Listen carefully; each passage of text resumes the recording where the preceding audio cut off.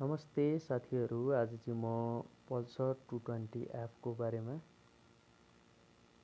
वायरिङको बारेमा हाम्रो चाहिँ वायरिङको समस्या भन्दाखेरि चाहिँ के छ भन्दाखेरि यो डिजिटल मिटरमा चाहिँ लाइन झिपी मारिरहेको छ, आउने जाने भइरहेको थियो। जस्तै वायरिङ मात्रै समस्या हो, स्टार्टरमा केही पनि समस्या थिएन, प्लस हर्नमा पनि समस्या आइरहेको थियो। त्यसपछि गएर यहाँ चाहिँ मैले न्युट्रलमा छ अहिले बाइक, तै पनि न्युट्रल लाइन देखाइरहेको छैन। न्युट्रलमा पनि समस्या आइरहेको थियो, झिपी मार्ने आउने जाने गरिरहेको थियो र स्टार्ट गर्दाखेरि पनि स्टार्टमा बसिरहेको थिएन। त्यसै गरी चाहिँ स्टार्ट गरेर पनि मैले हेरेको छु र त्यसपछि चाहिँ मैले यसको वायरिङको काम गर्नुपर्ने हुन्छ र वायरिङ सबै खोलेर हेर्नुपर्ने हुन्छ। र मैले चाहिँ काम गर्दै गइसकेपछि वायरिङहरू चाहिँ सबै खोलिसकेर वायरिङ फ्युजदेखि लिएर ज्याकहरू सबै हेर्दै थिएँ म।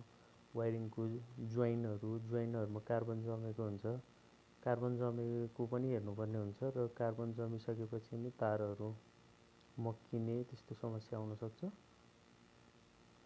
यहाँ देख्न सक्नुहुन्छ दुईटा तार छुटेको थियो र प्लस कार्बन जमेर समस्या आएको थियो र त्यसपछि गएर चाहिँ मैले यसको फाइनल्ली सर्ट आउट गरेको छु, तपाईँहरूलाई म देखाउन गइरहेको छु। यो चाहिँ हाम्रो जस्तो यहाँ सेतो तार देख्न सक्नुहुन्छ, चारवटा लाइन, चारवटा तारहरू छ। जस्तो कि त्यहाँनिर चाहिँ तीनटा तार मैले जोइन गरेको छु, एउटा तार चाहिँ एक्स्ट्रा छ यो। र यो तार चाहिँ भनेको हाम्रो एउटा चाहिँ रेक्टिफायरबाट फ्युज बक्समा, यहाँ चाहिँ फ्युज बक्स लिएर जाने हो। त्यसपछि त्यहाँबाट डाइरेक्ट हाम्रो एउटा तार चाहिँ हाम्रो चाहिँ चाबीमा आउँछ। त्यहाँनिर हेर्नु होला, चाबीको यो स्विच हो, चाबीको ज्याकबाट चाहिँ हाम्रो अर्को, त्यसै गरी अर्को एउटा सानो तार चाहिँ हाम्रो डिजिटल मिटरमा आउँछ। डिजिटल मिटरको लागि चाहिँ यो तार जान्छ हाम्रो। र एउटा तार चाहिँ हाम्रो फ्युज बक्समा ब्याट्रीसँग डाइरेक्ट कनेक्टेड हुन्छ।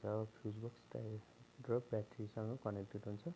र यसै गरी मेरो प्रब्लम भनेको चाहिँ जुन चाहिँ यो ज्याक देख्न सक्नुहुन्छ, यो ज्याकमा चाहिँ तार यहाँनिर ध्यान दिएर हेर्नु होला कटेको थियो र जुन चाहिँ ज्याकको चाहिँ बिचमा कटेको भएको हुनाले पनि समस्या समाधान गर्न धेरै गाह्रो भएको थियो। ज्याक पनि चुँडिरहेको थिएन। लास्टमा चाहिँ मैले त्यसलाई चाहिँ ज्याक गरेर हेर्दाखेरि तारहरू चेक गरेर तानेर गर्दाखेरि मात्रै कार्बनले गर्दाखेरि त्यो ज्याकहरू चाहिँ एकदम कमलो भइसकेको थियो। त्यसै गरी तपाईँहरूले पनि समस्या यसरी सल्भ गर्न सक्नुहुन्छ। र यहाँ देख्न सक्नुहुन्छ डिजिटल मिटरमा मेरो चाहिँ अहिले डिजिटल पनि एकदम राम्रो छ, प्लस न्युट्रल बत्ती पनि बलिरहेको छ, हर्नहरू पनि सबै वर्क गरिरहेको थियो र अहिले समस्या कुनै पनि छैन। डिजिटल एकदम राम्रो छ। हस्त, धन्यवाद।